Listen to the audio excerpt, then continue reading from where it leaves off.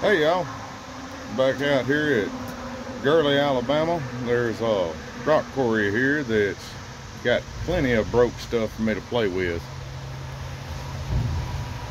Today I have this wounded animal.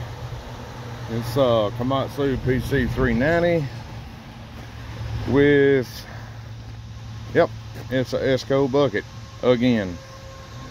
Now, it's a rock bucket, but got a crack in that shank right there. Got one just like it over here. Can't really see it, but well, yeah, you can see it. That's a weld crack. That's not a crack in the grease. That boss is busted. This boss is busted.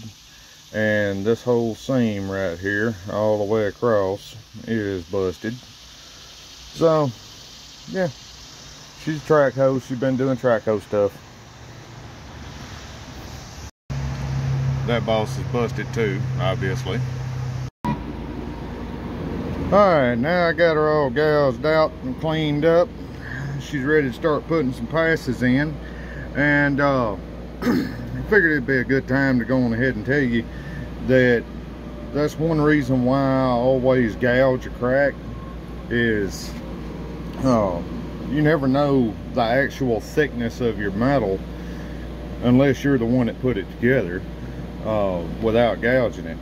So I've gouged into other buckets before, and those two pieces of metal there was only about 3/8 of an inch thick on the same size bucket, but this being a rock bucket, each of them's about 3/4 of an inch thick, so there wasn't no way that you're gonna just fire up a rod on that and get proper penetration.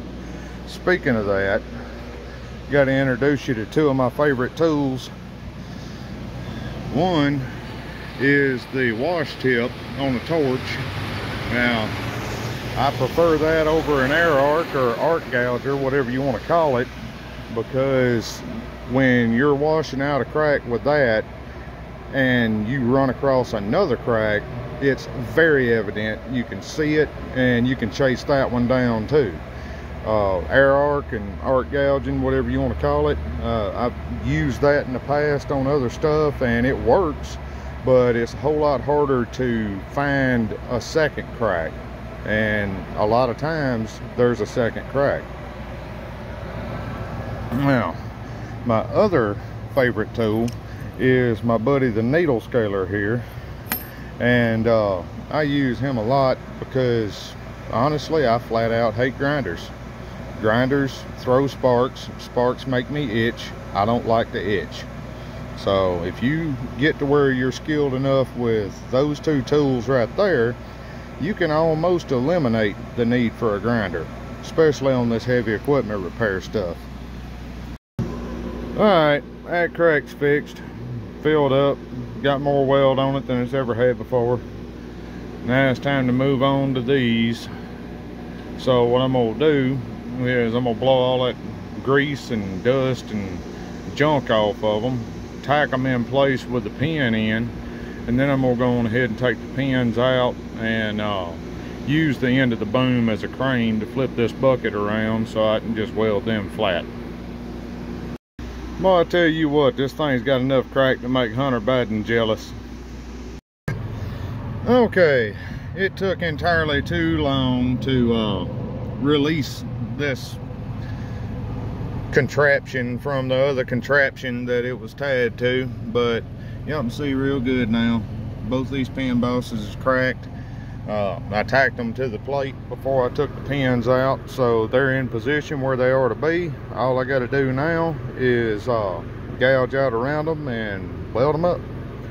Then I flip it over and do the same thing to that one. Oh, that one's cracked too. Yep, do all four of them because Esco thought that one little old itty bitty pass around through there with a MIG was going to be sufficient.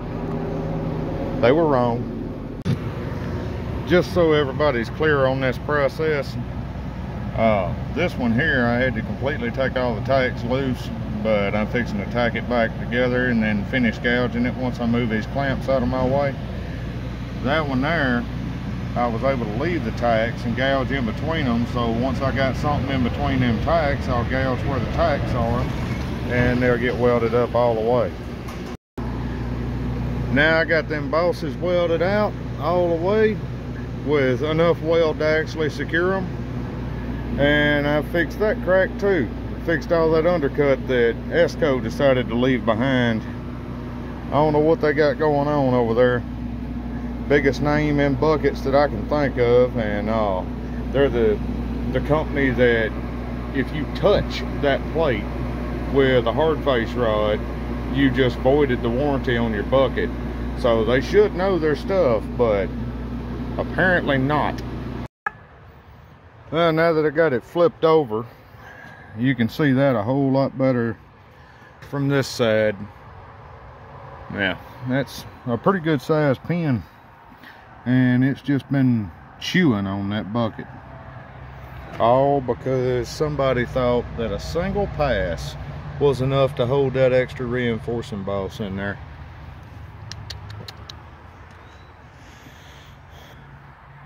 I'd love to stay and finish fixing this thing, but it's Friday afternoon and I'm pretty certain my sweetheart's got me something to eat at the house, and I kind of skipped out on lunch this morning so that I could take off earlier and get back to her.